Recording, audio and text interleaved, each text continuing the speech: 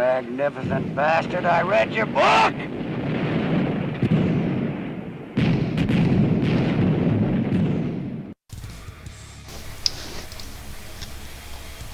Have you ever read a book that just pissed you off?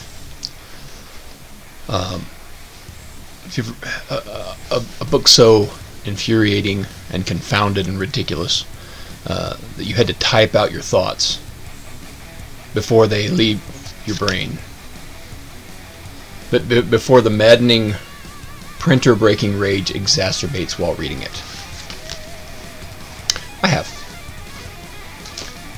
And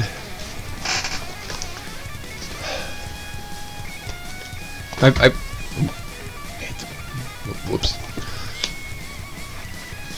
I have read some boring books. Read a book when I was in 3rd grade that was about spiders and had black and white pictures, and I fell asleep right on the binding of the book. I've read some bloviated books. Shogun by Henry Cavill is quite ridiculous. It takes close to 10 pages to describe the color of sea foam. It's as thick as Yellow Pages, and it could double his body armor. So length has nothing to do with it.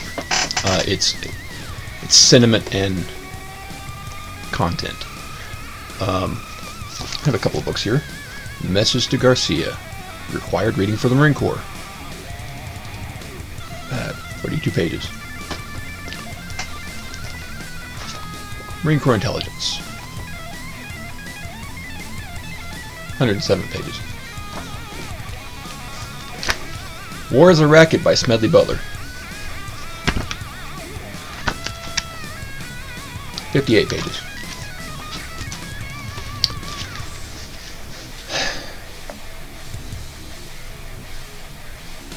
The Communist Manifesto is the worst book I have ever read.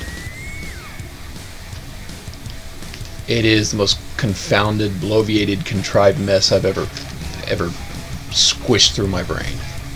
I owe my eyes and blood pressure an apology. None of it makes sense until it identifies who is not supposed to agree with it. It makes sense that Marx was a Satanist. The book is pure wizardry. The first chapter is written specifically to confuse the reader. I get the notion that at the time the book was written, readers are supposed to be split by the first chapter. The book was purely written to manipulate people. It feels like the reader will be divided in one of two camps. This is my dichotomy. And per chapter 1, either the reader agrees with the author wholeheartedly and immediately, and they'll continue to read the book, or the reader stops after page 16, and it's mentally exhausting. So we're supposed to love automation, but also hate its existence. And then you remember that Obama quote on one of his speeches about getting rid of an ATM so that one kid could count money at a bank. What about all the factory workers, technicians, manufacturers, maintainers who are employed to service just one ATM? That's weird. So on one side of the coin, this book, Marx and Engels,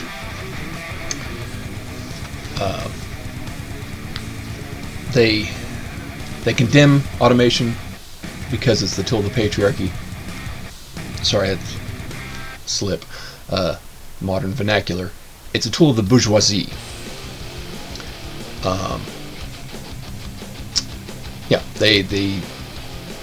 They're interchangeable. Struggle, constant revolution. Chapter 1 is mostly about establishing a new world order, and I'm not kidding.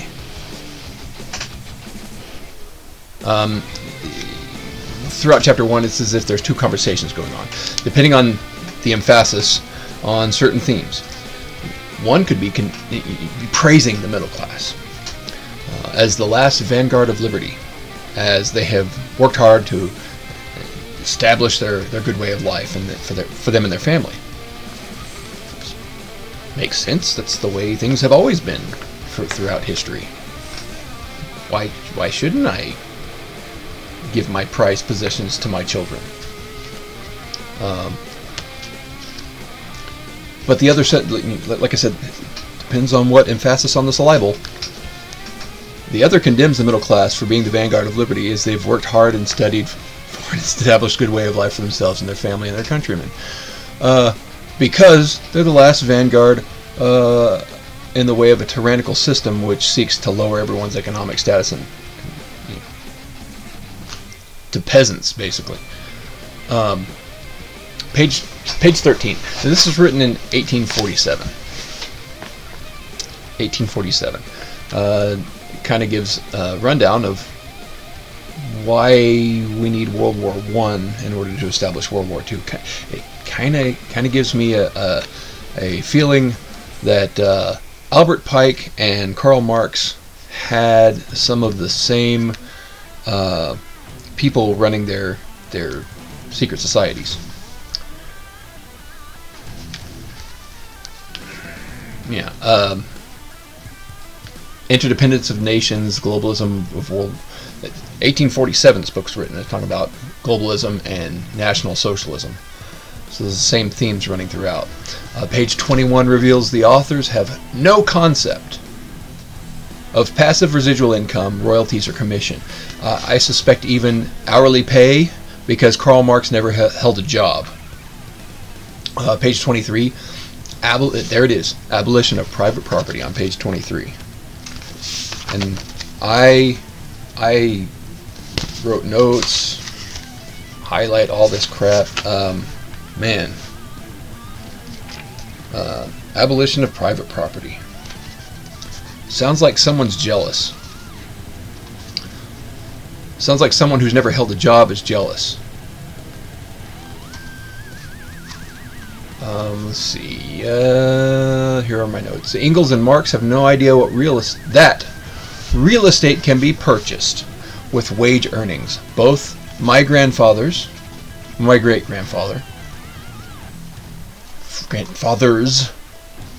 did this. Dad did it. Dad does it. I'm doing it now. It's not hard to understand that real estate can be purchased with wage earnings. There are plenty of people that do it. They really do show their prejudice and bigotry by admitting they believe poor people will always mismanage land. But the state also mismanages land. And they admit that.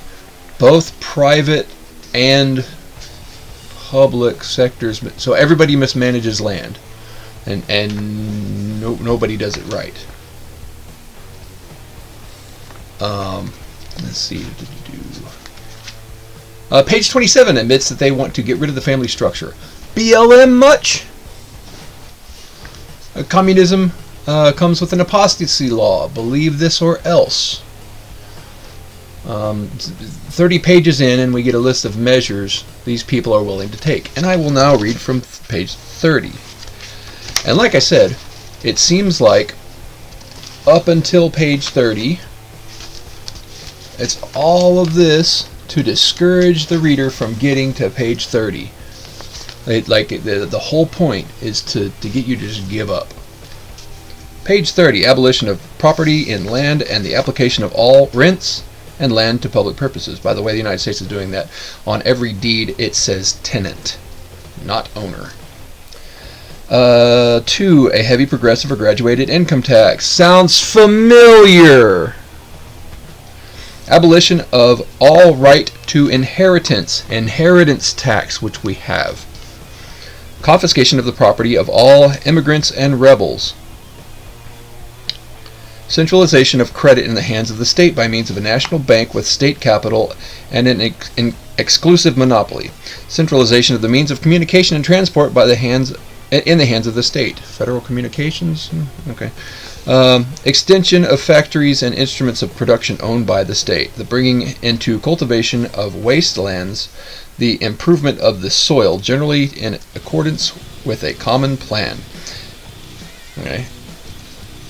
I haven't given the numbers for these, but number 8, equal obligation of all to work. We had a right to work bill that passed a while ago. Establishment of industrial armies, especially for agriculture. So, industrial armies. Isn't that in the continuity of government? Something about conscripting work brigades for everybody's FEMA region or something. Number 9, combination of agriculture with manufacturing industries.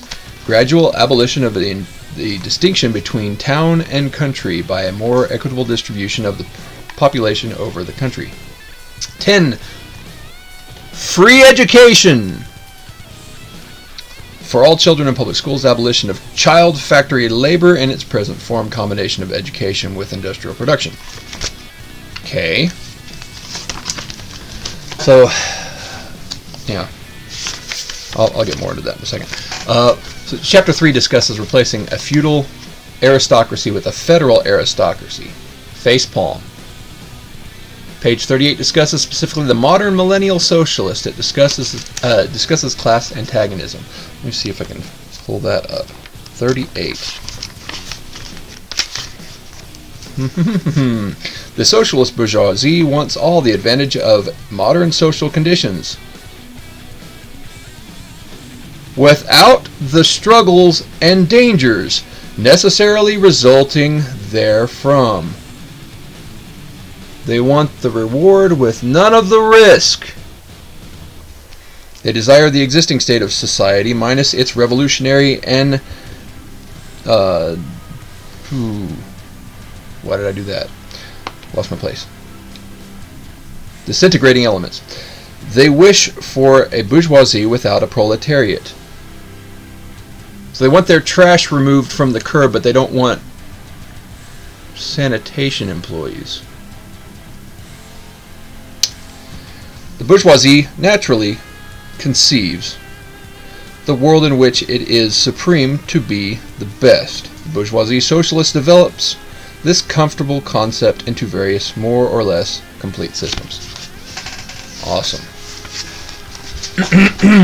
Okay, so later on,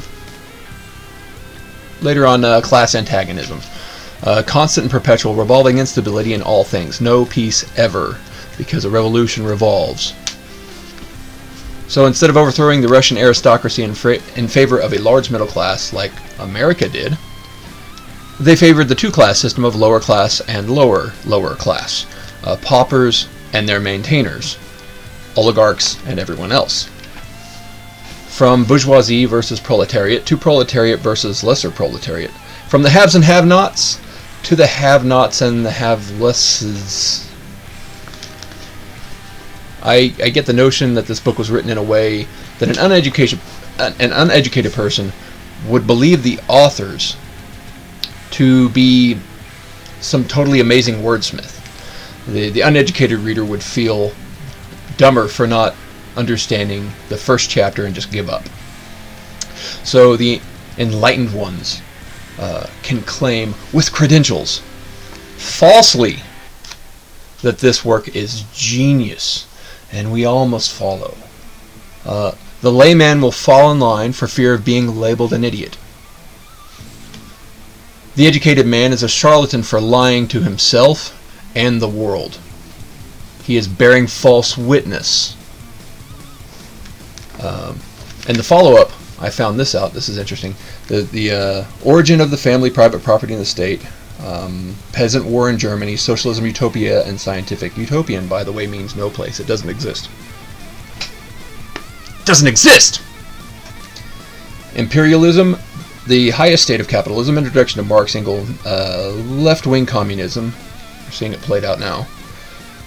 It's on the news. It's mostly it's mostly peaceful, a little fiery, but mostly peaceful. State and revolution. What is to be done? That's interesting. I'll get into that in a second. Critique of political economy, economic and philosophic. The 18th Brumaire. Wage, labor, capital, value, price, and profit. Marx, Engels, and the German ideology. So, Never have to mess with that again. Whatever. Sorry, Gunny. So if I stumbled upon this one, by Cleon Skousen, The Naked Communist, in 1963, there were a list of 45 goals. Number 1, U.S. acceptance of coexistence as the only alternative to atomic war. We've seen that. Number 2, U.S. willingness to capitulate in preference to engaging in atomic war. Number 3, develop the illusion that total disarmament by the United States would be a demonstration of moral strength. Number 4, permit free trade between all nations regardless of communist affiliation and regardless of whether or not items could be used for war. Bay of Pigs. Number 5, extension of long-term loans to Russia and Soviet satellites. China. Number 6, provide American aid to all nations regardless of communist domination. Number 7, grant recognition of Red China, admission of Red China to the United Nations. Number 8, set up East and West Germany as separate states in spite of Khrushchev's promise in 1955 to settle German question by free elections under supervision of the UN. 9, prolong conferences to ban atomic tests because the United States has agreed to suspend tests as long as negotiations are in progress. Number 10, allow Soviet satellites individual representation of the United Nations. Number 11, promote the United Nations as the only hope for mankind, as its if its charter is rewritten. Demand that it be set up as a one-world government within its own independent armed forces. Some communist leaders believe the world can be taken over as easily by the United Nations. Thank you, Alex. That's my ringtone. Where was I? Promote the Union the United Nations is the only hope for mankind. If its charter is rewritten, why can't I say that? Rewritten. Dental work. Demand that it be set up as a one-world government within its own independent armed forces. Some communist leaders believe the world can be taken over as easily by the United Nations as by Moscow. Sometimes these two centers compete with each other, as they are now doing in the Congo. Well, this is 1963. 12, resist any attempt to outlaw the Communist Party. 13, do away with all loyalty oaths.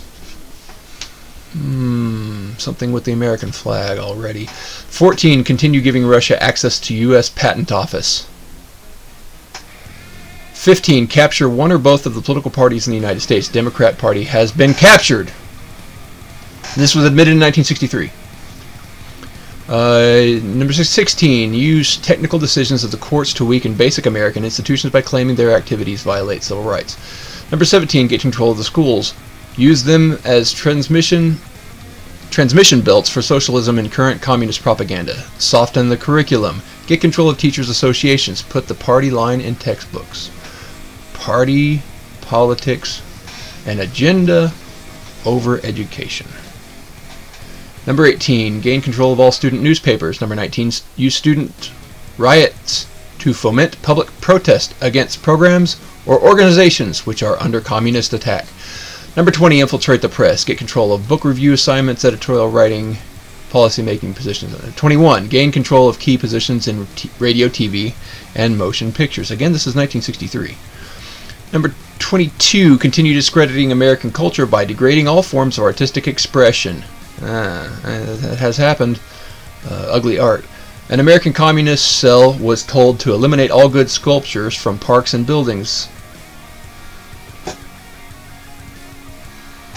Substitute shapeless, awkward, and meaningless forms. That's my alarm. Control art critics and directors of art museums. Our plan is to promote ugliness, repulsiveness, meaningless art. I just read that. Thank you, alarm. 24. Eliminate all laws governing obscenity by calling them censorship and a violation of free speech and free press. 25. Break down cultural standards of morality by promoting pornography and obscenity in books, magazines, motion pictures, radio, and TV. Cuties! 26. Present homosexuality, degeneracy, and promiscuity as normal, natural, healthy. Planned Parenthood has something to do with that. 27, infiltrate the churches and replace revealed religion with social religion. Discredit the Bible and emphasize the need for intellectual maturity, which does not need a religious crutch. If I can remember what the phrase is for that. Liberation theology. 28. Eliminate prayer for any phase of religious expression in the schools and the grounds that it violates the principle of separation of church and state. That's 28. Yeah. 29. Discredit the American Constitution by calling it inadequate, old-fashioned, out of step with modern needs, a hindrance to cooperation between nations on a worldwide basis. 1963, right? 30. Discredit the American Founding Fathers. Present them as selfish aristocrats who had no concern for the common man. Which is why the Constitution was written. Whatever. 31. Belittle all forms of American culture and discourage the teaching of American history on the ground that it was only a minor part of the big picture. Give more emphasis on Russian history since the communists took over. Since the communists took over, not everything before that. There's more history before the communists took over in Russia than there is since. But ignore it. 32. Support any socialist movement to give centralized control over any part of the culture, education, social agencies, welfare programs, mental health clinics. 33. Eliminate all laws or procedures which interfere with the operations of the communist apparatus. 34. Eliminate the House Committee on Un-American Activities. That was Joseph McCarthy. That's my tile, my icon. He was the head of the Committee on Un-American Activities. So he was investigating the Department of Defense, not Hollywood. 35. Discredit and eventually dismantle the FBI. They're working on that. Abolish the police. Which police? Infiltrate and gain control of more unions. 37. Infiltrate and gain control of big business. 38. Transfer some of the powers of arrest from the police to social agencies. There it is. Treat all behavioral problems as psychiatric disorders, which no one but psychiatrists can understand or treat. Cuties.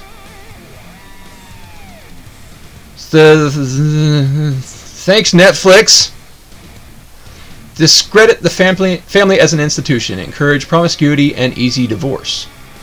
Growing up in Oklahoma, I remember the commercial with a burning pile of money, and the narration was, "Don't burn up money on expensive divorce. Call blah, blah, blah, blah."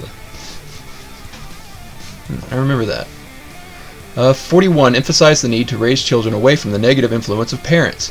Negative influence of parents? Some parents.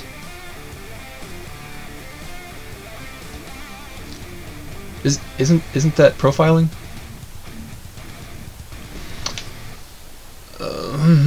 Attribute prejudices, mental blocks, and retarding of children to suppressive influence of parents.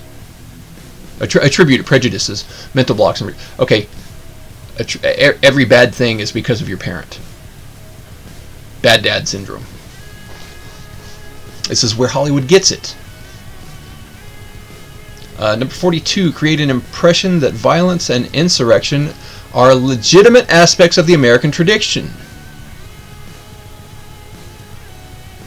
That students and special interest groups should rise up and use united force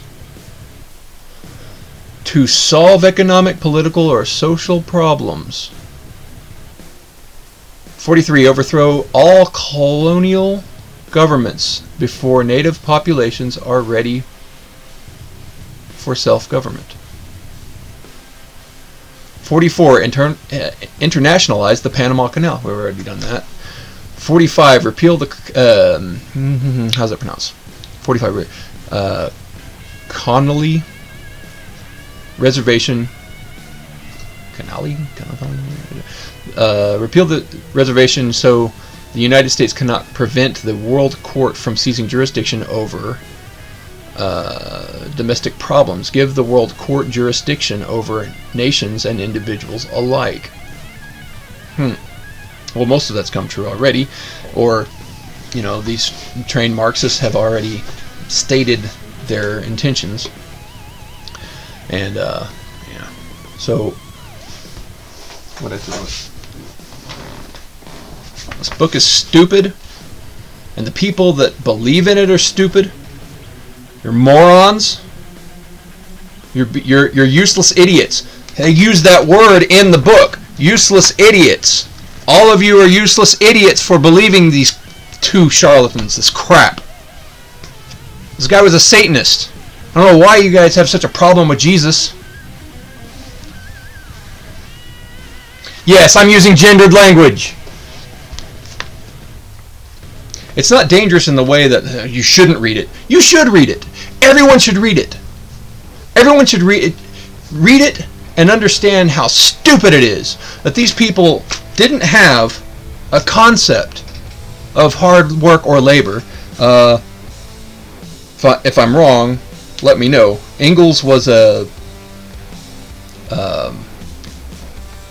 he was an aristocrat, wasn't he? And he paid for Marx, or his dad did. Marx refused to get a job his entire life. His family was in poverty. I guess that's what a philosophy degree gets you. Poverty and woe. Everybody should read it just because it's stupid. And you know what? Don't buy the book. Go find the PDF online because it's free. Don't be as dumb as I did and spend money on this crap. I'm gonna have to end it there. I gotta go to work. Deuces.